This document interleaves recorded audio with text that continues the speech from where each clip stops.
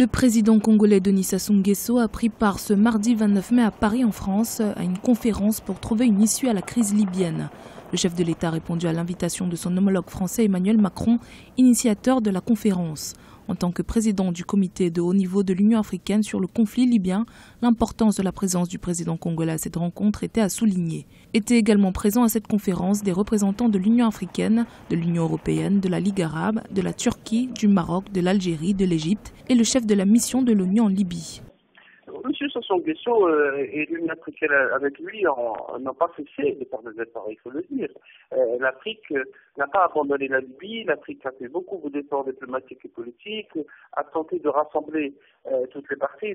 Vous avez constaté que à la réunion de Paris, il y a quand même le président tchadien Idriss Déby qui est présent, le président nigérien Mamadou Issoufou, le président tunisien Béji Essebsi, ainsi que le Premier ministre algérien Ahmed Ouihia. Donc les pays du voisinage veulent bien que la solution reste en Afrique, qu'elle soit consolidée et appuyée par l'Afrique et qu'elle évite également l'intervention militaire, parce qu'il ne s'agit pas de plier des ingérences de l'extérieur. Depuis qu'il a été chargé de cette mission par ses homologues africains, le président Sassou Nguesso a jusqu'ici multiplié les initiatives de médiation entre les différentes parties libyennes afin de parvenir à une sortie de crise.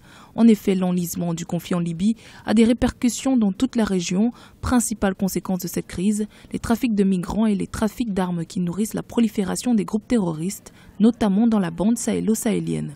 De plus, les différents protagonistes du conflit libyen ne cessent de se radicaliser, ce qui divise profondément le pays. Il va sans dire que l'urgence était de trouver une solution adéquate pour amener la stabilité en Libye, en crise depuis la chute de l'ancien dirigeant Mouammar Kadhafi en 2011. D'ici au 16 septembre, il y a eu un engagement commun pour prendre les dispositions qui permettront d'organiser de manière satisfaisante un processus électoral, soit avec une nouvelle constitution, soit sur la base d'une loi électorale qui aura été dûment votée. Les trois présidents et le maréchal Haftar se sont engagés sur cela, ce qui est essentiel parce qu'ils sont les acteurs qui rendront possible ce processus, là où depuis des mois nous étions bloqués par les non-reconnaissances mutuelles et la capacité de l'un ou de l'autre à interrompre le processus. Deuxième élément, c'est l'organisation pour le 10 décembre 2018 d'élections présidentielles et législatives, et donc l'engagement sur la base de ce processus de redonner pleinement, sûrement, au peuple libyen sa souveraineté et lui permettre de l'exprimer à cette date. Pour la première fois, le Premier ministre Fayez al-Sarraj, le maréchal Khalifa Haftar, le président du Parlement Aguila Saleh et le président du Haut Conseil d'État Khaled al-Mishri étaient réunis. Cette conférence a permis d'obtenir un consensus des 4 protagonistes autour d'un texte définissant les modalités du processus politique, en particulier la tenue des élections présidentielles et législatives avant 2019. L'accord qui a été annoncé et qui prévoit des élections pour la fin de l'année 2018 a été qualifié d'étape clé pour la réconciliation par le président français.